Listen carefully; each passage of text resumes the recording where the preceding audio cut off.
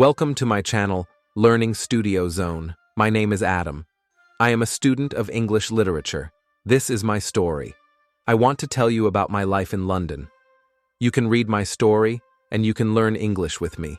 It is a beautiful summer day. I am traveling on a train. Two women are on the train with me. The women are sitting opposite me. They are speaking English, but I don't understand much. I am studying English, but I am a beginner. I don't know many words. I started speaking to the women. I said some words in basic English. The women understood what I wanted to say, and that made me happy. I told them that I wanted to learn English. The women told me that they were from England. They were going home from a conference. Our conversation lasted for 10 minutes. The next station was my station. I said goodbye. The women gave me their address and phone number. They told me that I could visit them in England. Then, we said goodbye. After this meeting, I worked on my English every day. I translated texts and watched films in English. In 6 months, my English improved. It was good now, but I wanted to learn more. I decided to go to London. I wanted to study English in London. When I arrived in London, I joined a school. My first lesson was on Monday. I met my teacher and other students in the class. My teacher was a young and kind lady. She was very nice and humble. We introduced ourselves and then started the lesson. Our teacher had a question for us. She wanted to know our general knowledge about the language. We wouldn't have to memorize grammar rules. Instead, we would have to use English a lot in our daily lives. It turned out to be a very effective method for me. I did not like studying from textbooks because they confused me. Then, we spoke about what is important when learning a new language. Our teacher told us, language is a tool for communication. We need languages to express our ideas and thoughts. So the best way to learn a language is to use it for communication. She explained that many students try to memorize new words. They also study grammar rules. But these students don't use English for speaking. They study English, but they don't actually use it. Of course, you need to learn new words and grammar. But you don't have to just study them. You need to practice them every day. In this course, I wanted to learn a very simple and effective method for learning vocabulary and grammar. I liked what our teacher said. Our lesson continued. We spoke about our hobbies and what we like to do in our free time. We spoke in pairs or with our teacher. I enjoyed taking classes. I was really happy. This way of learning turned out to be very good and effective for me. Chapter 2. How I learned vocabulary. I went to school again on Tuesday. One of the students asked a question that was very interesting to me. She asked, "What is the best way to learn new words?"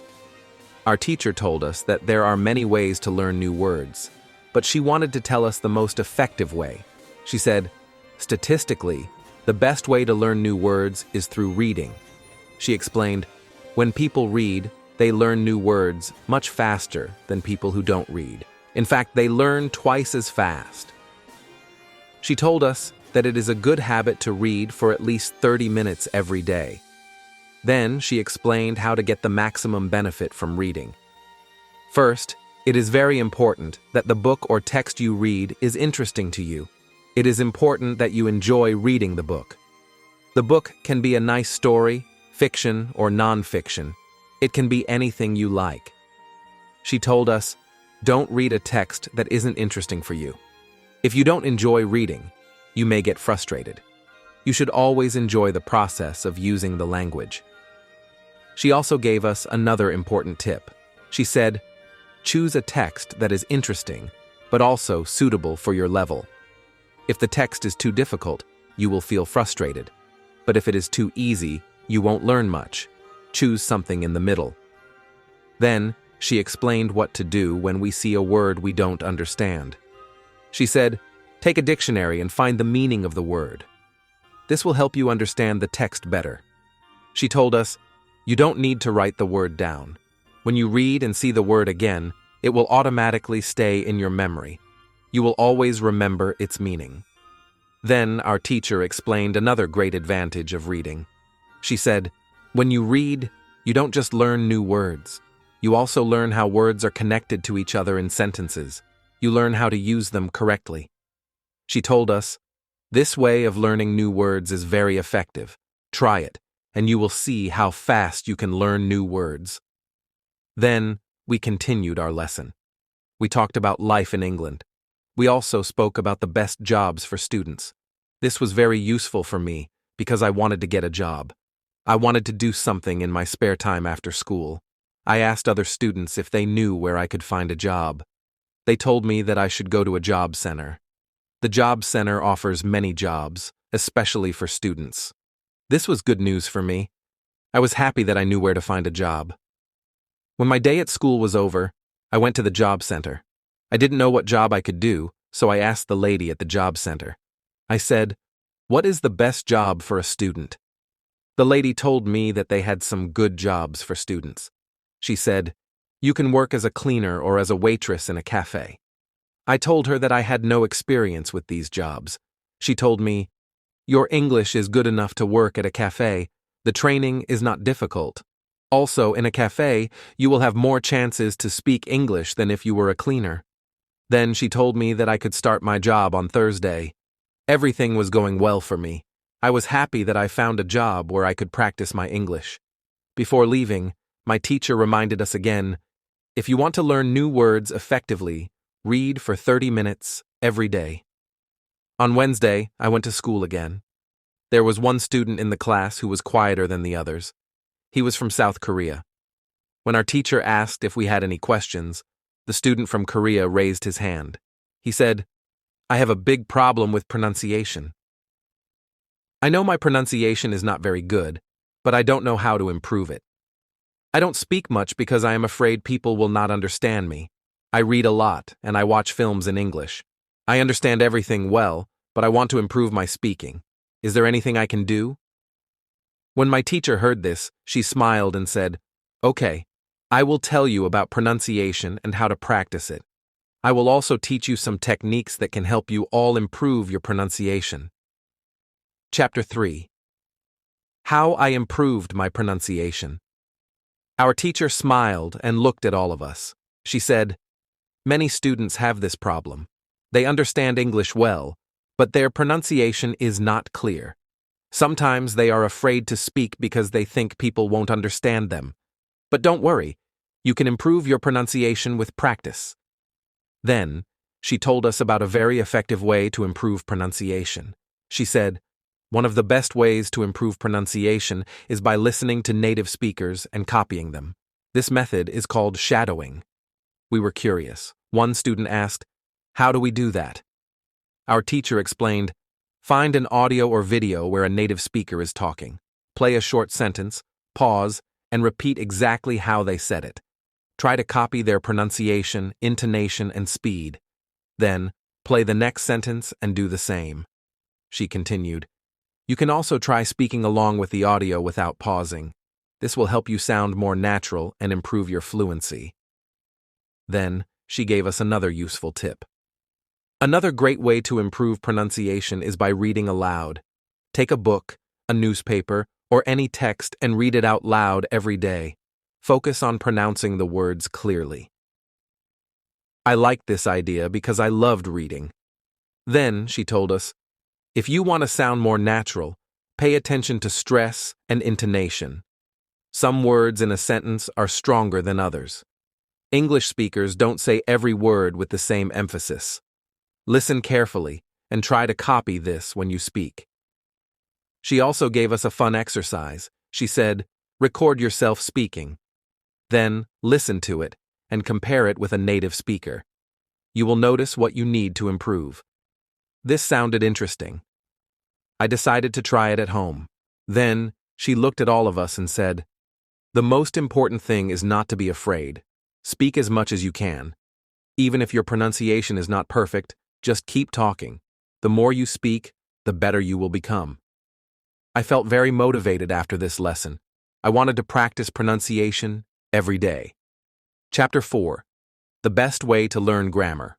On Thursday, we had a lesson about grammar. One student asked, "What is the best way to learn grammar?" Our teacher smiled and said, Many students try to memorize grammar rules, but they forget them after some time. I will tell you an easier way to learn grammar. We all listened carefully. She said, "Grammar is important, but you don't need to study complicated rules. Instead, learn grammar naturally through examples and practice." Then she explained a very effective method. When you see a new grammar rule, don't just read about it. Try to use it in sentences. The best way to remember grammar is to practice it in real situations. She gave us an example. Let's say you are learning the past tense. Instead of memorizing rules, talk about what you did yesterday. For example, yesterday I went to the park, I ate ice cream, I met my friend. This way, you are using the past tense naturally. Then, she told us another great tip. Read books and listen to English. When you see grammar in real sentences, you understand how it works. Your brain remembers it naturally, just like how children learn their first language. She also told us, don't worry if you make mistakes. Making mistakes is part of learning. The more you use English, the more correct your grammar will become. I found this method very interesting. I decided to stop memorizing rules and start learning grammar naturally by using it in conversations and writing. Chapter 5. How I Practiced Speaking. On Friday, we had an important lesson about speaking practice. Our teacher asked us, "Do you want to speak English fluently?" We all said, "Yes." Then she said, "The only way to speak fluently is to speak as much as possible." Many students know a lot of English, but they are afraid to speak. The key is confidence and practice. She told us about an excellent way to practice speaking. One of the best ways is to have daily conversations in English. Find a speaking partner, maybe a classmate or a friend, and talk in English every day. Then, she gave us a task. For the next week, I want you all to find a topic and speak about it for at least 5 minutes every day. You can talk about your daily routine, your hobbies, or anything you like. The goal is to get comfortable speaking. She also suggested another method. If you don't have a partner, talk to yourself in English. Stand in front of a mirror and speak about your day.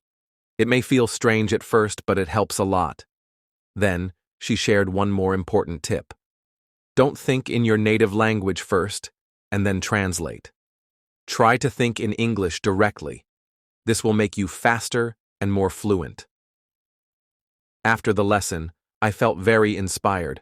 I promised myself that I would practice speaking every day. That evening, I talked to myself in English about my day. It felt a little funny, but I enjoyed it. I knew that with time, my speaking would improve. Hope you will have learned a lot of this story. Here we share interesting stories and tips to help you improve your English language skills. So, PLZ like, share, and subscribe for more videos, and let us know in the comments how effective was this video for your English language practice. Thank you, and see you in the next video.